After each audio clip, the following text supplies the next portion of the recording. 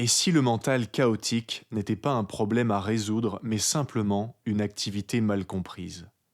J'ai moi-même été prisonnier pendant très longtemps d'un mental vraiment chaotique, et je te parle pas juste de quelques pensées par-ci par-là, mais d'une véritable tempête intérieure, d'un véritable désastre émotionnel, d'avoir cette sensation qu'il y a comme plusieurs voix dans ma tête qui sont en train de se faire la guerre, et tout simplement une traduction sur le corps avec de la fatigue, parfois des somatisations, des maladies, etc. Donc, je pense que comme beaucoup d'entre vous qui a regardé cette vidéo, j'ai essayé d'apaiser naturellement cette tempête, ce feu intérieur, en méditant, en faisant du yoga, en faisant de la respiration, des choses comme ça. Et le problème avec tous ces outils, c'est que, premièrement, tu auras remarqué qu'une fois que tu sors de ta pratique, par exemple, une fois que tu cesses de méditer, ce mental chaotique revient de plus belle. C'est comme si tu l'as mis sur off le temps de ta pratique, sauf que tu ne vis pas ta vie, à ce que je sache, en méditant 24 heures sur 24, n'est-ce pas? L'autre problème, c'est que quand on a besoin de techniques extérieures pour apaiser ce mental chaotique, on ne comprend pas tout simplement qu'il y a une identification qui se fait encore. Et le problème, et on va vraiment éplucher ça dans cette vidéo, c'est l'identification à ce mental chaotique. Tu crois que tu es ton mental, tu crois que tu es tes pensées, mais tu vois bien que tu ne contrôles pas tes pensées, tu ne choisis pas tes pensées, tu ne choisis pas non plus tes émotions, tu ne choisis pas tes réactions, tu ne choisis pas ce qui se passe dans ton corps. Bref, tu ne contrôles rien. Et on essaye du coup de contrôler un mental, mais on voit bien que c'est le mental qui nous contrôle. Et plus on essaye de le contrôler, de le calmer, de l'apaiser, voire de le dompter, plus on se fait défoncer la gueule, tu vois. En fait, dès qu'il y a un effort, il y a identification. Et dès qu'il y a identification, eh bien le chaos continue et ne peut pas s'arrêter, tout simplement. En fait, le point de bascule, il arrive quand on cesse de vouloir réussir spirituellement. Moi, ça m'arrive très rarement aujourd'hui grâce à Dieu. Je suis vraiment en paix. Pour tout vous dire même, j'ai l'impression que je n'ai plus de pensée. En fait, j'ai des pensées lorsque je décide consciemment d'utiliser mon mental, et je me dis pas, tiens, consciemment, je vais utiliser mon mental. Simplement, quand je réfléchis à quelque chose, quand je planifie quelque chose, quand je suis en train de bosser, quand je suis dans mon business, quand je suis en train de créer, etc., ou simplement en train de me dire, tiens, j'ai besoin d'aller faire des courses, voilà ma petite liste et tout, ok, là j'ai des pensées, tu vois. Mais de manière générale, quand je suis en train de vivre ma vie, je n'ai pas de pensée. Je sais que ça peut paraître assez bizarre. Mais bien sûr, je suis un être humain, et comme tout le monde, eh bien, de temps en temps, la tempête revient, et qu'est-ce que je fais dans ces cas-là? Je suis en train de te donner la solution, donc écoute bien. Je m'assois, sans faire aucun effort, sans procéder à aucune technique. Je rentre dans cet inconfort. Je me détends. Alors c'est difficile de se détendre dans la tempête, mais encore une fois, je le répète souvent à ma communauté, un bon marin, c'est pas celui qui tient la barre d'un bateau sur une mer d'huile, une mer, tu sais, hyper calme où il n'y a pas une vague. Un vrai marin, c'est celui qui est capable de tenir la barre quand il y a une tempête qui arrive et tout. Et je sais de quoi je parle parce que on a ramené un bateau avec mon père aux États-Unis, j'avais 16 ans, qu'il avait acheté sur eBay aux enchères. Je sais que ça peut paraître complètement dingue. Et on l'a ramené de Washington DC jusqu'aux Bermudes. Donc on a traversé le fameux triangle des Bermudes. On s'est pris une tempête, mais c'est même plus qu'une tempête, c'est un ouragan en pleine mer. Moi, c'est la première fois que j'ai dit je t'aime à mon père, je croyais qu'on allait mourir. Et là, je peux te dire que c'était non seulement la tempête à l'extérieur, mais c'était aussi la tempête là-dedans, tu vois. Et mon père, lui, c'est là que j'ai vu vraiment son niveau. Tu vois, il a pas acheté un bateau comme ça en disant on va le ramener aux Bermudes et ensuite en France. C'est un excellent marin, il a une entreprise de bateaux, etc. Bref, on n'est pas là pour faire son CV. Toujours est-il que lui, il était extrêmement calme. Nous, on voulait appeler les secours avec la balise GPS, lui était là, mais non, tout va bien. La voile, la grand voile s'est déchirée, mais à part ça, tout va bien. Bref, donc qu'est-ce qui se passe quand je vis une tempête intérieure, d'accord? Je m'assois dans cet inconfort, je respire cet inconfort, et quand tu fais ça, tu vas te rendre compte qu'en fait, il y a comme une présence derrière le penseur, comme s'il y avait en quelque sorte un penseur derrière le penseur. Quand tu ressens cet inconfort, tu as envie de le fuir, c'est normal, c'est humain. Mais quand tu t'assois justement dans cet inconfort, tu vas te rendre compte que derrière celui qui ressent, il y a autre chose. Et cette autre chose, lui, n'est absolument pas identifié à qui tu crois être. En fait, la souffrance et le mental chaotique sont liés parce que Quand tu es identifié à la matière, Bouddha disait la vie est souffrance. Ça ne veut pas dire que être en vie, être incarné sur Terre, ah, pas de chance, souffrance. Non, la souffrance dans la vie, c'est quand on est identifié à son corps et à sa vie, quand on est identifié à son statut, à ses finances, à sa relation, etc. Mais tout ça, quand on va monter au ciel, ça n'existera plus. Et quand on est identifié du coup à un corps, à un genre, à un sexe, à une race, à une couleur de peau, à l'âge qu'on a, à notre situation financière, familiale, etc., c'est là que la souffrance intervient. Parce qu'en fait, on est en train de prendre le jeu de la vie complètement au sérieux. Et c'est quand on prend ce jeu de la vie au sérieux que le mental, il est là. Alors là, il nous broie. En fait, le mental, c'est pas notre ennemi. Au contraire, c'est notre meilleur ami et il nous connaît mieux que personne. Je parle beaucoup de la notion d'ombre également à ma communauté, notamment dans mes mentorings, dans mes coachings, dans mes accompagnements. Et en fait, mes élèves que j'ai en one-one, c'est simple, on va directement plonger dans l'ombre et on apprend en fait à se désidentifier de qui on croit être. Et d'un coup, c'est le retour que j'ai à chaque fois. Ah bah tiens, il m'arrive encore des merdes dans la vie. Bah oui, sans blague, t'es un être humain, tant que t'es en vie, il t'arrivera des merdes, que tu sois riche, pauvre, peu importe. Simplement, bah je les prends avec beaucoup plus de légèreté. Pourquoi? Parce que ces gens-là sont beaucoup plus désidentifiés. Carl Gustav Jung, le disciple de Sigmund Freud, parlait du processus d'individuation, c'est-à-dire tu enlèves tous tes masques, parce qu'on vit tous avec des masques, on est tous un peu fake, hein, je sais pas si t'as remarqué, t'enlèves tous tes masques, et là, soudainement, tu découvres ta véritable personnalité qui a rien à voir avec ce que tu penses être et avec ce que généralement t'exposes fièrement sur les réseaux sociaux, tu vois. Donc, l'idée, c'est de se désidentifier et de savoir respirer cette tempête et juste tenir la barre, même quand tout va mal. Donc, quand le chaos arrive, il faut surtout pas chercher à fuir l'inconfort. J'irais même jusqu'à dire que t'auras remarqué que quand tu te sens pas bien, et notamment quand il y a cette tempête intérieure, ce chaos du mental, tu vas chercher à fuir. Tu vas jouer à la PlayStation, tu vas aller sur ta, j'allais dire sur ta Nintendo, mais c'est pareil, tu vas aller sur ton téléphone, tu vas aller sur les réseaux, tu vas fumer une clope, tu vas chercher à sortir, à boire un coup, bref, tu vas tout faire pour fuir l'inconfort, ne serait-ce que d'allumer de la musique ou quoi que ce soit, une distraction. Voilà, on vit dans un monde de distraction. La culture du vide, tu vois. Tu regardes des vidéos que tu as oubliées 2 minutes après, si c'est pas 3 secondes après, tu vois. On achète des merdes dont on n'a pas besoin, comme dirait Tyler Durden dans Fight Club. On achète tout un tas de choses pour impressionner des gens dont on n'en a rien à foutre. Tout ça, c'est de la distraction, c'est de la fuite. Donc l'idée, en fait, c'est de faire complètement l'inverse. C'est de faire face à cet inconfort, et au lieu d'essayer de calmer, d'apaiser le mental, c'est tu te poses à l'intérieur de toi, et tu te dis, bah tu sais quoi, à partir de maintenant, je vais me mettre à penser 3 fois plus. En fait, je vais encourager ce chaos intérieur, tu vois. La métaphore que j'aime bien dire, c'est comme si, en face de toi, t'as un mec ultra déter, un boxeur de haut niveau, il va te coucher, tu peux rien faire. Vu que tu sais que tu vas te faire casser la gueule, ça sert à rien de résister, parce que tant que tu résistes, lui, ça va l'énerver, tu vois, il va le prendre pour de la rébellion, et il va cogner plus fort. Donc tu sais quoi? Comme Jésus l'enseigne dans les évangiles, tends l'autre joue. Tu sais quoi? Si tu veux pas qu'il y ait de combat, monte pas sur le ring, enlève les gants, jette l'éponge, déclare forfait, j'ai perdu, voilà, vas-y, envoie, parle, envoie toutes tes merdes, ta culpabilité, tout ça, boum, boum, boum. Et je te dis pas que ça va être agréable, hein, là on est vraiment dans du développement, non pas personnel, mais anti-personnel. Non pas conformiste, mais anti-conformiste. En fait, l'idée c'est que tu es en train de te prendre une baffe. Pour qui, pourquoi, je ne sais pas. Je peux pas te l'expliquer concrètement pourquoi, même si j'ai une petite idée. Mais l'idée c'est que si tu résistes, bah ça va persister. Tu as déjà entendu, ce à quoi tu résistes persiste. Donc l'idée, c'est que vu que tu vas te faire rouster, autant te faire rouster une bonne fois pour toutes, mais si tu le fais vraiment sincèrement, que tu rentres dans cet inconfort, ça va durer 10 minutes max. Et après, c'est fini. Et après, tu peux retourner comme un enfant jouer au jeu de la vie, c'est terminé. C'est de nouveau la mer calme, tranquille. Et comme un marin, tôt ou tard, t'auras une autre tempête. Et quand t'auras une autre tempête, tu cherches pas à résister, à aller contre le vent.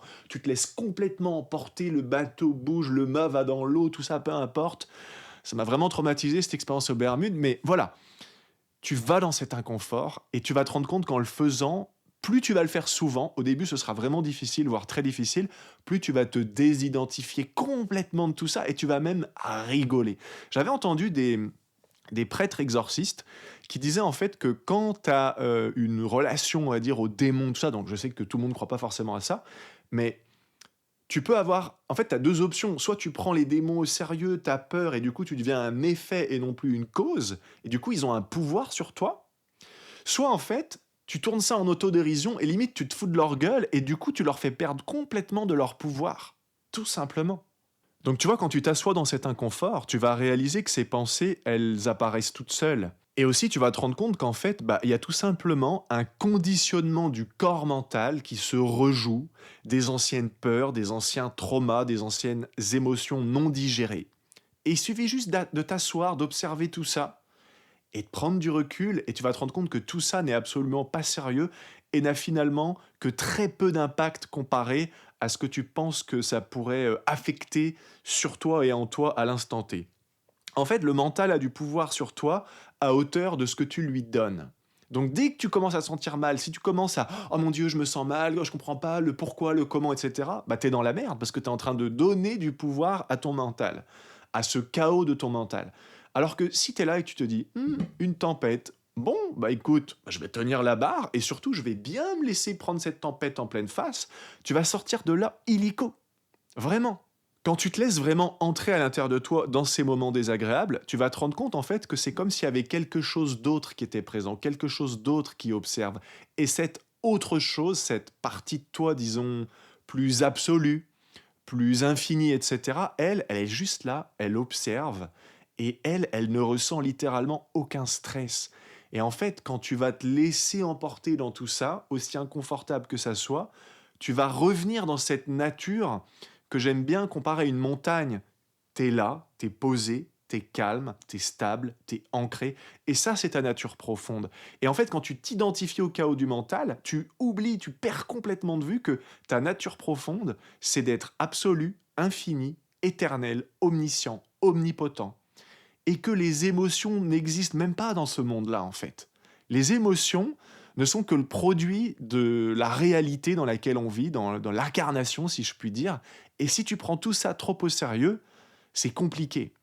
C'est pour ça que je te disais précédemment, il faut vraiment à tout prix chercher à arrêter de réussir, que ce soit spirituellement ou autre. En fait, l'idée c'est d'être connecté à tout mais attaché à rien. Si tu es attaché à l'idée de réussir, forcément en polarité contraire, tu es attaché à l'idée d'échouer. Donc si tu es attaché à l'idée de te sentir bien, dès que tu vas commencer à te sentir mal, là ça va mettre tout ton monde, tout ton référentiel, toutes tes croyances en branle. Donc l'idée vraiment c'est de revenir le plus souvent possible dans ce silence, dans cet état de montagne, tu vois, boum, comme ça, dans ta vraie nature, en fait, où cette nature, elle est inerte presque, j'ai envie de dire, d'un calme qui n'a pas besoin de technique, qui ne dépend pas de méditer ou de quoi que ce soit, juste t'es là, la présence, en fait. On a beaucoup utilisé de termes pour décrire des grands maîtres spirituels comme Jésus, Bouddha, etc. Et il y a un terme qui revient souvent, c'est tout simplement la présence. Donc quand tu te sens pas bien, essaye d'aller chercher cette présence éternelle qui jaillit et qui jouit en chacun de nous à chaque instant. Tout simplement. En fait, le chaos mental vient principalement de l'erreur d'identité. On croit être celui qui pense, on croit être celui qui ressent, on croit être celui qui est responsable de ce chaos mental. Mais en fait, pas du tout. Ce qui se passe, c'est qu'on entre en conflit avec ce qui est en train de se passer. Et quand on se rend compte que nos pensées, on les contrôle pas, nos émotions, on les choisit pas, et qu'on est simplement en train de revivre de vieux schémas, de vieilles réactions du passé, alors tout ça s'effondre. Mais encore faut-il s'asseoir dans cet inconfort. Tout ça s'effondre, non pas parce qu'on a éliminé le mental ou le chaos intérieur, mais parce qu'il n'y a plus rien à combattre, il n'y a plus rien contre quoi lutter, donc il n'y a plus de résistance, il n'y a plus de friction. Et tout s'efface comme ça, comme par magie. Presque, vraiment, j'insiste, presque instantanément. Généralement, moi, quand ça m'arrive, en 10 minutes grand max, tu vois, alors c'est inconfortable, hein, pendant 10 minutes. Quand tu commences à le faire, t'es là, tu fermes les yeux, tu rentres dans cet inconfort. Tu vois, là, je tire une tête, ça sent le vécu. Parce que, t'as envie de fuir, toutes tes pensées sont en train de te dire, non, mais fais autre chose, mais tac, mais ouvre les yeux, mais qu'est-ce que tu branles et tout. Mais au bout de 10 minutes, c'est fini. Parce que t'as arrêté de t'identifier à tout ça. Tu t'es pris vraiment la vague de pleine face, et du coup, le beau temps revient, tout simplement. En fait, le mental chaotique se calme naturellement lorsqu'il n'est plus combattu. Et le silence qui arrive après, c'est un silence qui est naturel, qui ne dépend d'aucune pratique, d'aucune technique, c'est simplement ton état d'être originel. Donc c'est un silence qui est sans effort, qui est naturel, qui est organique. Une présence en fait qui est immobile, sans présent, sans passé, sans futur, une présence qui est juste là. Le plus difficile, c'est d'être capable de traverser cet inconfort et de se désidentifier de tout ce qui n'est pas nous. Les émotions refoulées, encore une fois, les traumas, les blessures, le passé, etc. Sauf que le mental, lui, il veut éviter ça à tout prix, par des techniques, par des distractions, par des concepts ou encore par des idéaux spirituels. Alors que justement, la clé, bien c'est tout l'inverse. C'est confronter ce qui apparaît, sans effort, sans résistance, sans lutte, sans technique, s'habituer à cet inconfort, et au fur et à mesure du temps, ça va devenir comme une seconde nature de traverser ces tempêtes et vraiment de retrouver un mental qui est en fait en quelque sorte désactivé et qui est constamment en paix. En fait, le mental, il comprendra jamais la paix, lui, parce qu'il est fait de conditionnement, de peur, de projection, de doute, de trauma, de vieilles blessures. Et du coup, quand le mental cherche la paix, ce qui se passe, c'est qu'il la met dans un futur idéal et idéalisé, qui n'arrivera jamais. Donc la libération, en fait, elle ne vient pas de la compréhension mentale, mais de la désidentification naturelle lorsqu'on cesse de lutter contre l'expérience présente, le mental chaotique. Donc à ce moment-là, il ne reste pas quelqu'un de plus calme, il reste simplement la présence consciente qui observe le corps mental qui, lui, continue sa vie, tout simplement. Il y a vraiment ce détachement, cet effet de glissement, tu vois, qui dépend encore une fois d'aucune technique. Mais 99% des gens qui vont regarder cette vidéo, la prochaine fois que vous allez avoir une tempête, un chaos intérieur, allez-vous réussir à vous asseoir dans cet inconfort? Plus vous allez lutter, plus ça va être difficile d'arriver à entrer dans cet inconfort. Autant y aller tout de suite, parce que si vous ne le faites pas, le pire scénario, quelqu'un qui a tellement résisté, le pire scénario, je sais de quoi je parle, pour en avoir traversé une très très bonne il y a 3 ans, c'est la dépression. La dépression avec les idées noires, etc. La dépression avec les idées noires, etc., c'est celui qui n'a pas été capable, et Dieu sait que ça peut être très difficile, mais de rentrer dans ce chaos parce que ça faisait trop peur, parce que ça faisait trop mal, et c'est pourtant justement précisément ce qu'il faut faire pour en sortir. En fait, ce qui se passe quand tu es capable de confronter ce chaos intérieur, eh bien en fait le chaos perd de son pouvoir parce qu'il n'est plus pris comme quelque chose de personnel, il n'est plus pris en fait pour moi, ce que je suis, il est simplement vécu, reconnu pour ce qu'il est, et nous, moi en l'occurrence, je me reconnais comme ce que je suis qui n'a rien à voir avec ça. Donc c'est vraiment, on parle vraiment d'un processus, mais c'est même pas un processus, c'est en fait, encore une fois, il n'y a pas de processus si ce n'est juste rentrer à l'intérieur de toi, observer, et de là peut émerger, si je puis dire, une alchimie naturelle, un processus entre guillemets, qui nous permet de nous distancer et de nous désidentifier complètement de ce qui est en train de se passer, et donc de désactiver complètement cette tempête intérieure. En fait, c'est hyper simple, mais vraiment, comme on dit, c'est 5 minutes pour apprendre, toute une vie pour maîtriser. Pourquoi je dis ça? Parce que, encore une fois, je sais tout de suite que la plupart des gens qui vont fermer cette vidéo la prochaine fois que vous aurez une tempête intérieure, ou même si vous en avez une présentement au moment où vous regardez cet enregistrement, est-ce que vous allez arrêter la vidéo comme ça et puis, ok, je rentre à l'intérieur de moi comme ça, sans distraction, je ferme les yeux et je me laisse emporter dans ce torrent? C'est difficile, je sais que c'est difficile, mais pourtant, vous allez en ressortir grandi, transformé. Vous allez, à chaque fois que vous allez le faire, en fait, vous allez vous rendre compte que au bout du tunnel, vous avez traversé quoi? De la peur, des vieux traumas, des vieux souvenirs, mais au bout du tunnel, c'est tout. Je suis toujours en vie, je suis pas en sucre, et surtout, j'ai changé, j'ai transformé quasiment instantanément et radicalement ce chaos intérieur. Encore une fois, par rapport au fait d'être désidentifié. On croit être quelque chose qu'on n'est pas. On joue des rôles, on porte des masques qui ne nous appartiennent pas.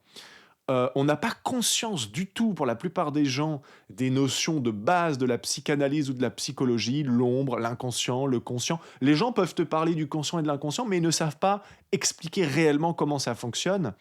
Le processus d'individuation, selon Carl Gustav Jung, si tu sais pas ce que c'est, putain, mais à quoi ça sert d'être spirituel, quoi? C'est la base.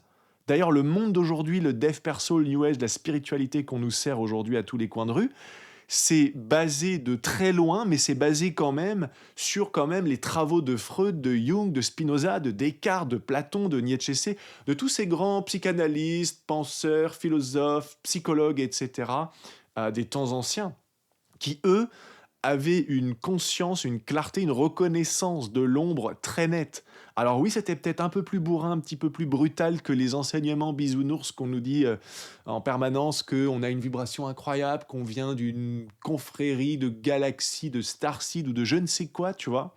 Mais au moins, ça avait le mérite d'être clair, d'être beaucoup plus réaliste. Et quand tu sais faire face à ton ombre, ta vie change. Parce que, encore une fois, comme disait Carl Gustav Jung, tu commences à comprendre que je l'aime beaucoup, celui-là, mais c'est pas pour rien. Il disait en fait que la véritable illumination ne se réalise pas par un travail sur la lumière, mais d'un travail en fait sur l'ombre. Et comme le travail sur l'ombre est difficile, du coup il est impopulaire. Tu te doutes bien que tous les gourous d'aujourd'hui, qui nous vendent voilà la lumière, comme vous êtes beau, comme vous êtes grand, comme vous êtes fort, s'ils avaient dit ok, je vais faire un séminaire, un peu type Tony Robbins, tu vois, et au lieu de vous dire à quel point vous êtes des génies, bah on va aller regarder à quel point vous êtes banal, à quel point vous êtes cassé, à quel point vous êtes abîmé, comme tous les êtres humains, tu vois. Qui est présent, hein, c'est pas le même délire, tu vois. Donc voilà, les amis, je ne saurais que vous encourager à vous abonner si vous voulez plus de contenu dans ce genre. Si vous avez des questions, des commentaires, des observations, n'hésitez pas, je lirai tous vos messages avec plaisir. J'y répondrai avec vraiment tout mon cœur. Pensez à liker cette vidéo, c'est vraiment important pour nous aider dans les algorithmes. Si vous voulez aller plus loin, non, non, je vais rien te vendre. Bon, je propose des mentorings, des coachings, des accompagnements, notamment sur l'ombre, etc. Parce que c'est quelque chose que j'ai moi-même énormément traversé en plus de mes études en autodidacte sur tout ce qui est bon, bah, dev perso, spiritualité, New Age, mais bien sûr psychanalyse, psychologie, etc. Je suis vraiment passionné de tout ça, philosophie ancienne, etc. Mais c'est pas le sujet. Je suis plein déjà quasiment jusqu'à fin 2026, donc j'ai de quoi faire. L'idée, en fait, c'est que tu as un lien dans la description, c'est complètement gratuit, pas besoin de mettre une adresse email. J'ai un canal Telegram avec plus de 777 membres, s'il te plaît, petit chiffre magique, où il y a vraiment une communauté vivante, active. On s'entraide, on se soutient, on parle de tous les sujets de la vie.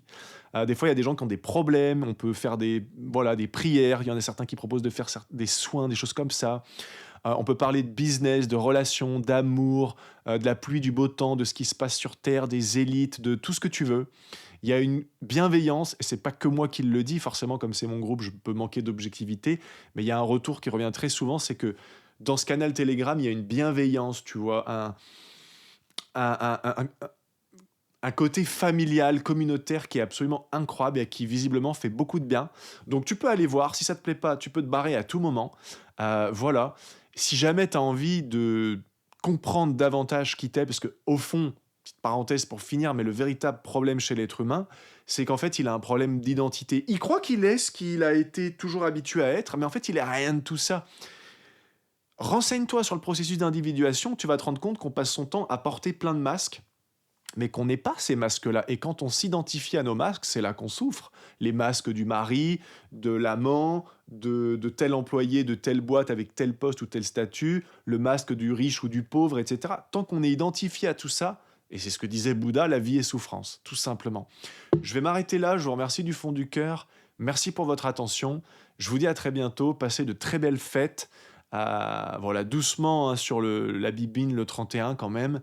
Et on se retrouve l'année prochaine en grande forme. Il y aura plein de choses incroyables qui vont arriver sur la Société des Alchimistes. Donc je fais des gros bisous. À bientôt. Prenez soin de vous. Ciao, ciao.